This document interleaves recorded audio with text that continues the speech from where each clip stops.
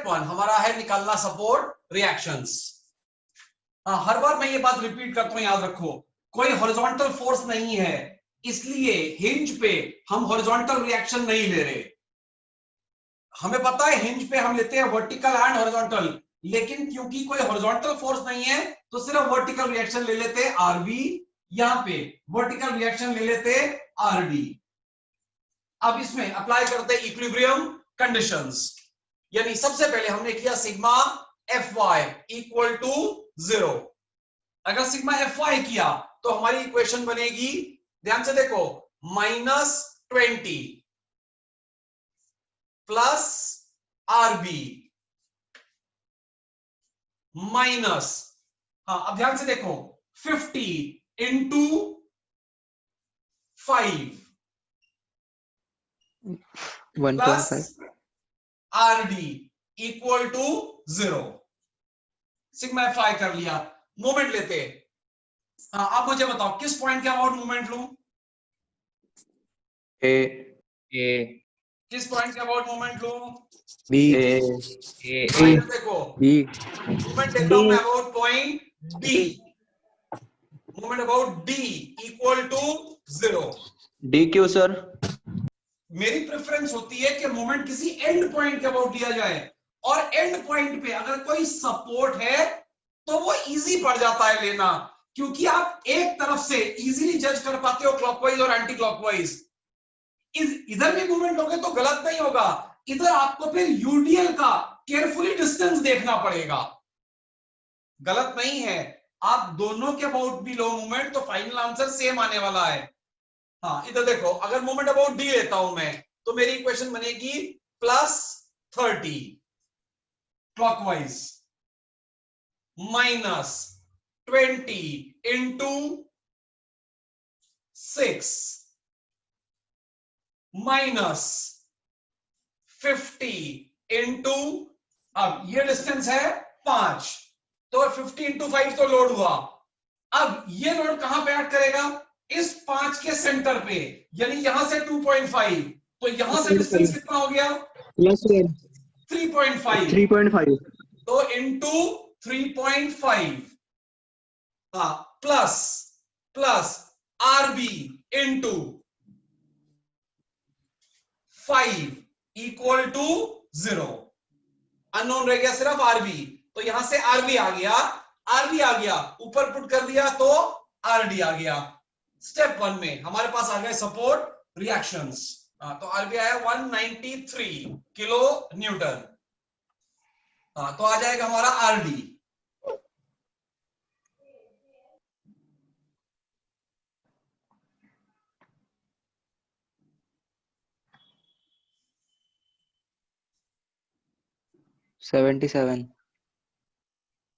RD आ गया 77 kilo Newton.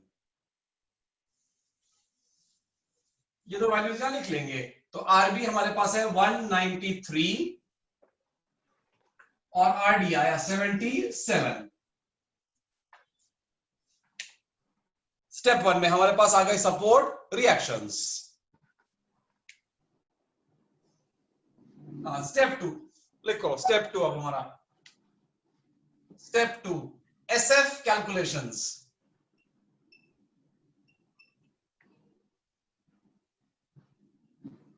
अब step 2 हमारा होता है एसएफ कैलकुलेशंस। सबसे पहले हम लिस्ट डाउन करेंगे कि इसमें एसएफ कहां निकालना है। मुझे बताइए इसमें एसएफ कहां निकालेंगे? सबसे पहला जस्ट बिफोर ए, अगला just after a, just before A, just after a, क्योंकि ए पे पॉइंट लोड है। अगला जस्ट बिफोर बी, अगला जस्ट आफ्टर बी। अगला आप सोच के बताओ, सी पे एट सी, अगला सोच के बताओ। Direct D at C, D at C होगा ना sir? Before D after D, at C पे होगा, फिर बिफोर डी आफ्टर डी। अगला एट सी। ए भाई, अगर आपको एट सी नहीं समझता आप नालायक हो, अब नालायक को सच्ची बता रहा हूं, आज तक आपको एसएफ भी नहीं आता है,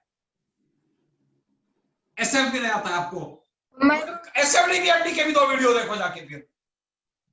हाँ, यहां पे मोमेंट लग रहा है, मोमेंट को हमने किया अनदेखा, लेकिन अगर मोमेंट को हमने अनदेखा भी किया तो भी यहां पे यूडीएल खत्म हो रहा है, इसलिए हमें लेना पड़ेगा एट सी, क्योंकि यह यूडीएल खत्म हो रहा है।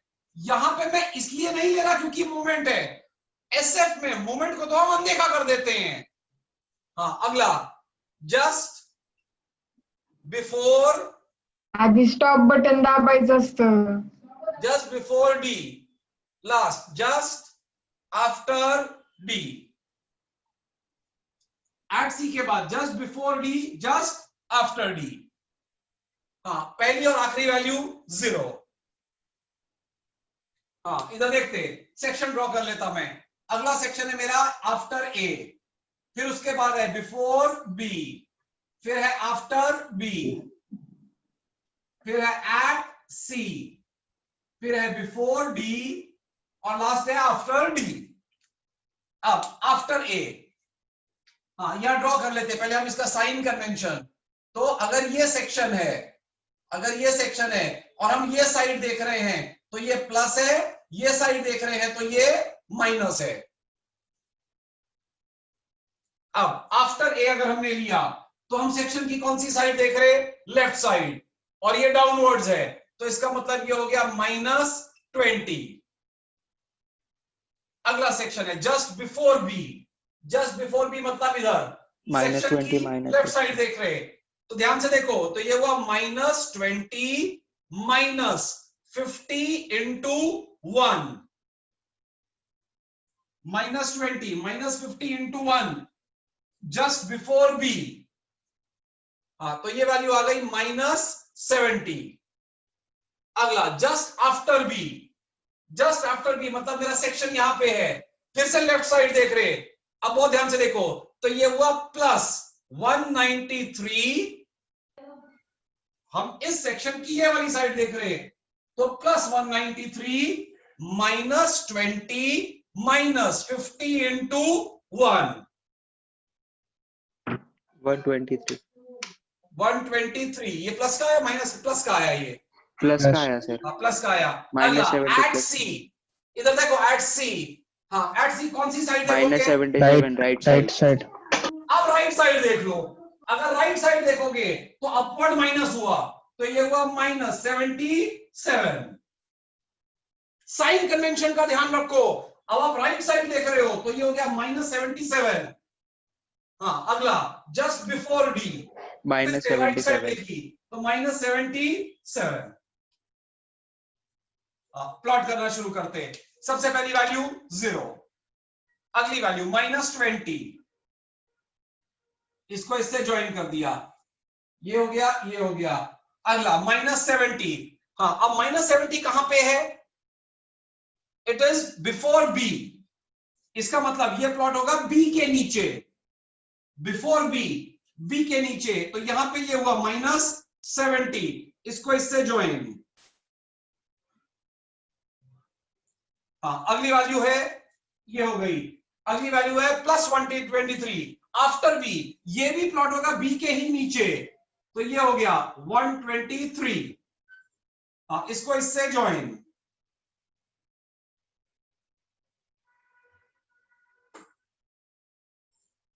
हाँ, 123 हो गया। अगली वैल्यू है -77, ये है एट सी, यानी सी के नीचे, -77 यानी 70 से थोड़ा सा ज्यादा, इसको इससे ज्वाइन कर दिया, तो ये हो गई वैल्यू 77। हाँ, अब ये हो गई। अगली वैल्यू है बिफोर डी, प्लॉट होगा डी के नीचे, -77, इसका मतलब यहां से यहां तक हम सीधा गए, और ये हुई 77, और लास्ट वैल्यू है 0। अब ये माइनस, ये प्लस, ये माइनस,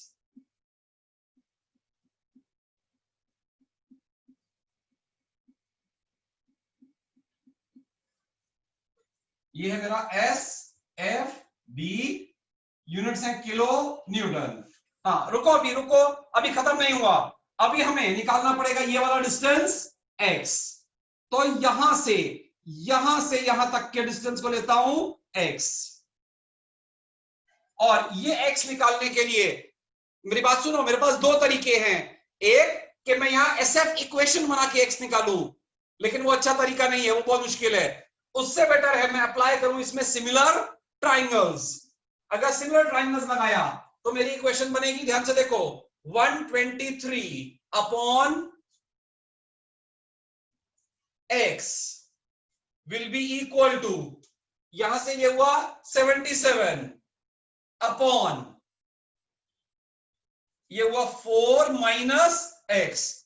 सॉल्व करेंगे, x आ गया। एक बार x आ गया तो हमारा SF का काम खत्म हो गया। 2.46 इस पॉइंट को ऊपर लेके जाएंगे, इस पॉइंट को ऊपर लेके जाएंगे और इधर नेमिंग करेंगे बीम पे, यहां पे, तो ये पॉइंट यहां बन जाएगा पॉइंट E। हाँ करो, इतना करो पहले आप ध्यान से। x आया 2.46 मीटर, इसका मतलब ये डिस्टेंस हमारा x आया 2.46। इस पॉइंट को हमने यहां पे लिख लिया।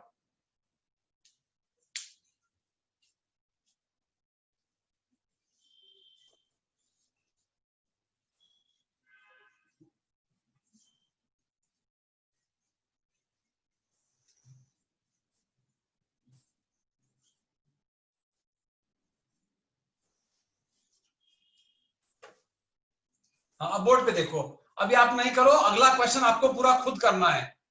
अगले क्वेश्चन में आपको पॉइंट ऑफ कॉन्ट्राफ्लेक्शन भी निकालना सीखना है, बहुत ध्यान से देखो। अब स्टेप 3 हमारा है BM कैलकुलेशंस। हाँ इधर देखो, सबसे पहले अपन लिस्ट डाउन करेंगे कि BM इसमें कहां निकालेंगे। हमें वो सेक्शन क्लियर होने चाहिए जहां जहां BM निकालना है। बताओ मुझे कहां निकालेंगे इसमें BM?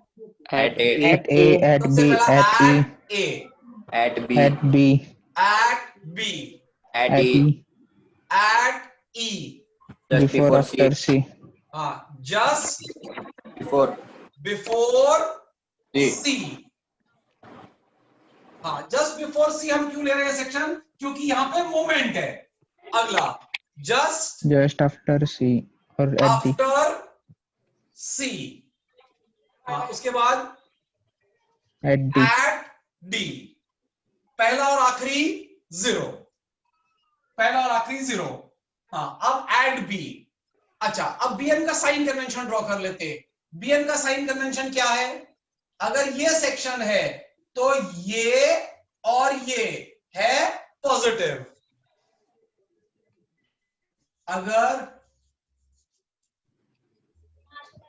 अगर ये सेक्शन है तो ये और ये है पॉजिटिव। इसको हम कहते हैं, इस तरह से देखो, ऐसा, ये प्लस है और इसको हम कहते हैं सैगिंग। हाँ अब BM एट B देखते। अगर मैंने सेक्शन B पे लिया यहां पे और BM की लेफ्ट साइड देखी तो ये दोनों मोमेंट क्रिएट कर रहे हैं ऐसा, यानी ये हुआ -20 इंटू 1। ध्यान से देखो, -50 इंटू 1 इंटू 0.5। हाँ ये समझा कि नहीं?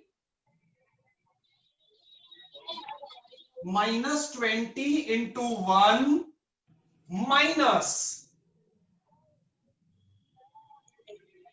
-50 इंटू 1 इंटू ये इसके सेंटर पे ऐड करेगा तो इंटू 0.5। हाँ ये वैल्यू कितनी आई? -45, -45। अगला एट E। हाँ अब ये बहुत ध्यान से देखना, एट E में गलती होती है। हाँ एट E के लिए कौन सी साइड देखूं? left, लेफ्ट ही देखता हूं क्योंकि मैंने डिस्टेंस यहां से निकाला हुआ है।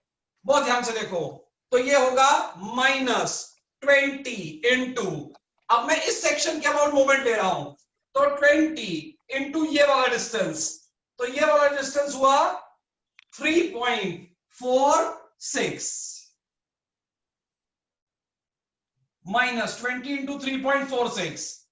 ध्यान से देखो आगे, प्लस, पहले इसका ले रहा हूं, तो यहां से ये डिस्टेंस हुआ 2.46, तो प्लस 193 इंटू 2.46 इंटू 2.46। आगे देखो माइनस, अब यूडीएल का लेना है, तो यूडीएल का लोड हुआ 50 इंटू 3.46 और वो ऐड करेगा इसके सेंटर पे, तो -50 इंटू 3.46 इंटू 3.46 बाय 2। सोल्व करेंगे, हमारे पास आ जाएगा बीएम एट ई। ये सबसे इंपॉर्टेंट होता है निकालना, इसमें गलती नहीं होनी चाहिए। रुको पहले सारे निकाल लेते हैं, फिर आप कैलकुलेशन करना। अगला जस्ट बिफोर सी, इधर देखो, अभी देखो बहुत ध्यान से, इधर देखो, जस्ट बिफोर सी मतलब सेक्शन यहां पे है। कौन सी साइड देखूं? राइट। राइट देखता हूं, राइट बेटर पड़ेगा देखना। सेक्शन मेरा इधर है, अगर राइट साइड देखता हूं तो ये तो प्लस है, ये माइनस है, तो मेरी इक्वेशन बनेगी प्लस 77 इंटू 1 माइनस 30। लास्ट आ गया बीएम आफ्टर सी। आफ्टर सी मतलब मेरा 77 यहां पे है। हाँ, तो कौन सी साइड देखूं? फिर से राइट साइड। अगर राइट साइड देखता हूं तो ये मूवमेंट ऐसा है, तो फिर से 77 इंटू 1 आ जाएंगी मेरे पास सारी वैल्यूज। कैलकुलेशन करके मुझे बताओ वैल्यूज। एट ई आता है 106.29। हाँ सर। एट सी आता है 47 और एट बिफोर 77 आफ्टर सी 77।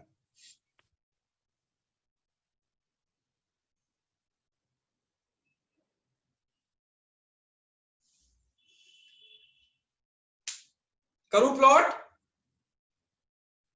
हाँ सर हाँ कर दो। सर। हाँ सर। अच्छा बोर्ड पे देखो, अब इन वैल्यूज को प्लॉट करते, बहुत ध्यान से देखो। सबसे पहली वैल्यू 0, अगली वैल्यू -45। हाँ, लेकिन -45 कहां पे है? एट बी, तो बी के नीचे प्लॉट होगी, तो ये वैल्यू है यहां पे -45। हाँ, इधर सुनो मेरी बात, कैसे ज्वाइन करूं? उल्टा कप। उल्टा कप। स्ट्रेट लाइन से नहीं करना है, ऊपर यूडीएल है। यूडीएल और है। कल हमने इक्वेशन बना के देखा था, वो इक्वेशन पैराबोलिक है, तो इसको ज्वाइन करेंगे ऐसा, उल्टा कप ऐसा। ये वैल्यू आ गई 45। अगली वैल्यू है 106.29, वो है एट ई, तो यानी यहां पे जो वैल्यू है इधर 106.29, 106.29। अच्छा, अभी ज्वाइन नहीं करता क्योंकि यहां से अगली वैल्यू तक मुझे चाहिए एक कंटिन्यूअस कर्व। तो अगली वैल्यू है 47, वो है जस्ट बिफोर सी, तो यहां पे ये वैल्यू आई 47। अब मुझे इधर से इधर ज्वाइन करना है बाय ए पैराबोलिक कर्व जिसकी ये मैक्सिमम वैल्यू है, यानी ये कर्व मेरा आएगा कुछ ऐसा, इस तरह का। तो ये हुआ मेरा पैराबोलिक कर्व जिसकी ये है मैक्सिमम वैल्यू। अब अगली वैल्यू आई है, ये 47 हो गया प्लॉट, अगली है 77, वो कहां है? आफ्टर सी, तो वो प्लॉट होगी सी के ही नीचे, तो 77 इधर से थोड़ा सा ऊपर आ गए हम यहां पे, तो ये वैल्यू हो गई 77। और लास्ट वैल्यू है 0। कैसे ज्वाइन करूं? Straight line. डायरेक्ट। कैसे ज्वाइन करूं? स्ट्रेट लाइन या कर्व? सर स्ट्रेट लाइन आएगा। Straight line. ऊपर यूडीएल नहीं आएगी, वो 77 से यहां तक आएगी स्ट्रेट लाइन।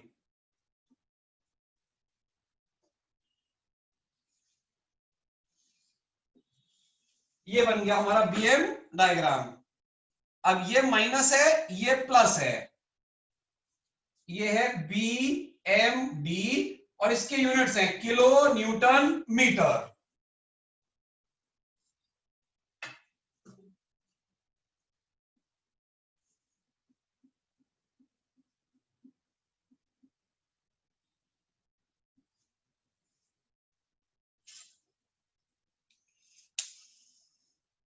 ड्रॉ करके लो। कह रहा हूं, अब जब मैं कह रहा हूं बहुत ध्यान से समझना, मैं आपको प्रैक्टिकली समझाता हूं इस बीएम का मतलब क्या है। ये चीज बहुत अच्छी है जो मैं आपको लॉजिकली बताने जा रहा हूं, ये सुनना बहुत ध्यान से। जब जो पार्ट बीएम का प्लस में है, जो पार्ट बीएम का प्लस में है, इसका मतलब है बीम का वो पार्ट कर रहा है सैग, और जो पार्ट बीएम का माइनस में है, इसका मतलब वो पार्ट बीम का कर रहा है हॉग। यानी मैं ये बीएम डायग्राम देख के बता सकता हूं कि ये बीम एक्चुअल में कैसे बेंड हो रहा है। ध्यान से देखो, ध्यान से देखो। इससे पहले सर लैग हो रहा है। सर ब्रेक हो रहा है सर। है डियर,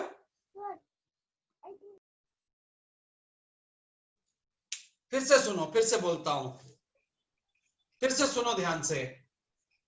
मैं बीएम डायग्राम देख के ये बता सकता हूं कि जो एक्चुअल बीम है ये कैसे बेंड हो रहा है। ये बहुत इंपॉर्टेंट है, ये लॉजिक आपको समझेगा तो आपको समझेगा कि बीएम का मतलब क्या है। हम ये डायग्राम देख के बता सकते हैं कि ये कैसे बेंड हो रहा है। ध्यान से देखो, जहां बीएम प्लस है, जहां तक बीएम प्लस है, यानी बीम का वो वाला पोर्शन हो रहा है सैग, और जहां बीएम माइनस है, इसका मतलब ये वाला पोर्शन हो रहा है हॉग। इसका मतलब ध्यान से देखो, अगर मैं ये देखूं कि ये बीम एक्चुअल में बेंड कैसे हुआ, तो यहां तक ये पोर्शन माइनस है, यहां तक, इसका मतलब यहां तक, मैं थोड़ा एग्जैजरेट करके दिखाऊंगा ताकि समझे। इसका मतलब यहां तक इस बीम ने शेप पकड़ा है ऐसा,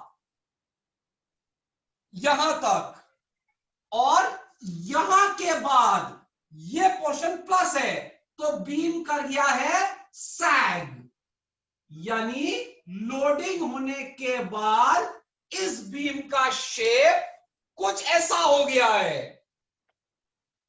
ऑब्वियसली मैं थोड़ा एग्जैजरेट करके दिखा रहा हूं समझने के लिए। अब ये पोर्शन देखो है हॉग, और यहां से ये पोर्शन है सैग। ध्यान से सुनो, तो इस पॉइंट को कहते हैं point of contraflexion. This point is called point of contraflexion. इसका मतलब है इस पॉइंट से इस बीम का फ्लेक्चर चेंज हो रहा है, फ्रॉम हॉगिंग टू सैगिंग। यानी इस पॉइंट के इस तरफ बीम कर रहा है हॉग, और इस तरफ बीम कर रहा है सैग, तो हम कहते हैं this point is point of contraflexure. That means point of contraflexure is that point at which the beam changes its flexure from hogging to sagging or from sagging to hogging. लिखो इसकी spelling बताता हूं। इसको हम बोलते हैं point of contraflexure. It is point of contraflexure.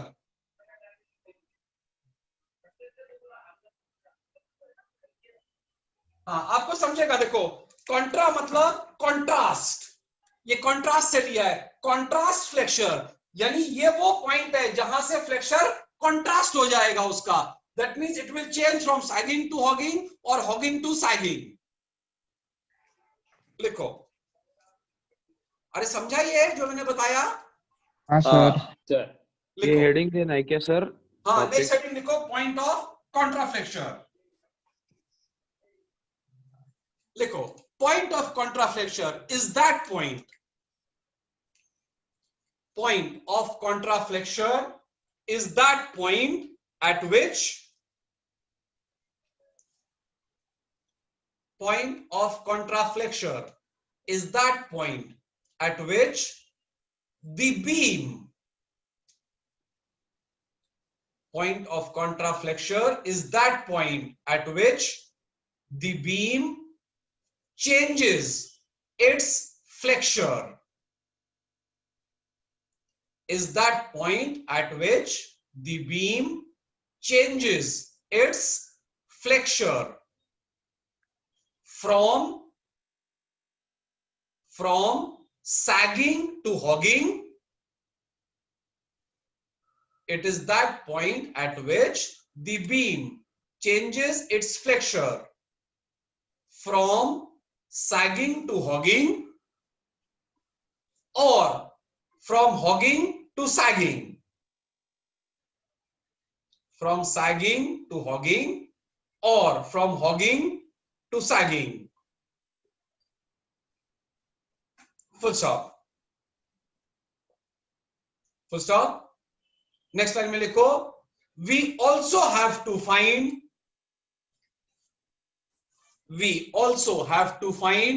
position. We also have to find position of point of contraflexure. We also have to find position of point of contraflexure.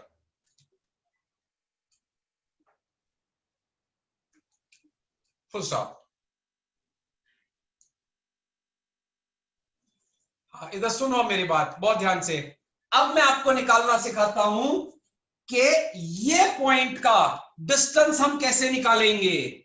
यानी अब हमें निकालना पड़ेगा इस पॉइंट का डिस्टेंस, यानी यहां से कहीं से ये डिस्टेंस कितना है, तो हम बता पाएंगे कि कहां पे आ रहा है पॉइंट ऑफ कॉन्ट्राफ्लेक्शन। इसका तरीका देखो, यानी ये जो पॉइंट ऑफ कॉन्ट्राफ्लेक्शन है ये आप निकालते हो पूरा क्वेश्चन खत्म होने के बाद। यानी आपने एसएफ बना लिया, बीएम बना लिया, सारे कैलकुलेशंस खत्म हो गए, लास्ट में आप निकालते हो पॉइंट ऑफ कॉन्ट्राफ्लेक्शन। मेरी बात सुनना, इसके 2 मार्क होते हैं। अगर आपने ये सब बनाया और पॉइंट ऑफ कॉन्ट्राफ्लेक्शन नहीं निकाला तो एग्जामिनर 1 या 2 मार्क काट देता है। बहुत ध्यान से देखो, तरीका समझो।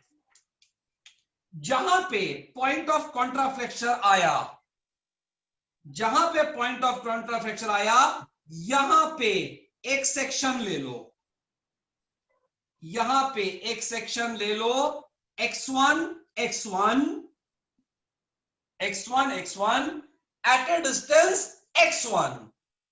अब x1 आप कहीं से भी ले सकते हो, आप चाहो तो x1 b से ले लो, आप चाहो तो x1 a से ले लो। तो आप सपोज हमने इस केस में a से लिया, तो आप ये डिस्टेंस को नाम दे दो x1।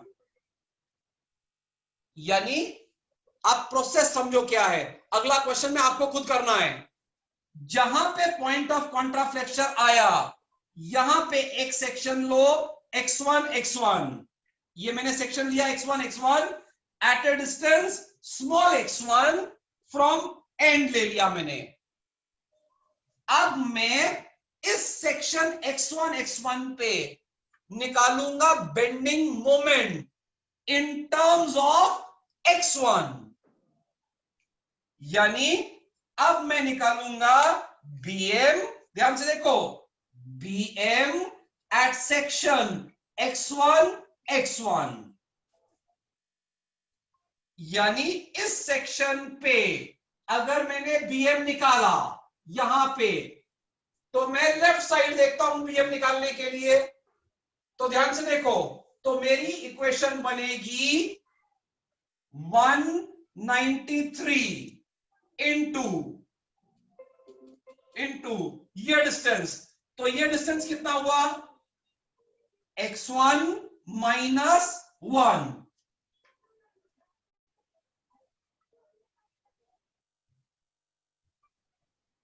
अरे समझ रहा कि साफ सुन गया? हाँ सर समझ गया। यहां पे मैं मुंह में BM ले रहा हूं, तो ये हुआ 193 इंटू x1 -1। ध्यान से देखो, माइनस 20 इंटू x1। ध्यान से देखो, -50 into x1 into x1 by 2। And ये बेंडिंग मोमेंट जो एट x1 है, दिस इज इक्वल टू 0। अब इस इक्वेशन में अननोन रह गया केवल x1। सॉल्व करके मैं निकाल लूंगा x1। ये आ गया मेरे पास पॉइंट ऑफ कॉन्ट्राफ्लेक्चर। ये जो मैंने प्रैक्टिकल समझाया, ये प्रैक्टिकल समझा अच्छे से, ये कितनी अच्छी बात है।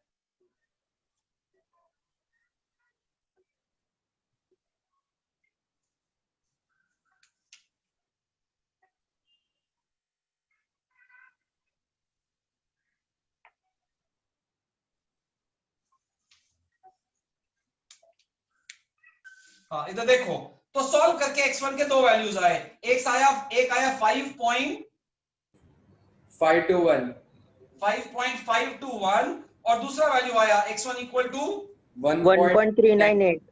1.398। हाँ इधर देखो, अब लॉजिकली दो वैल्यू आ सकते हैं क्योंकि क्वाड्रेटिक बन रही है, लेकिन इस डायग्राम के हिसाब से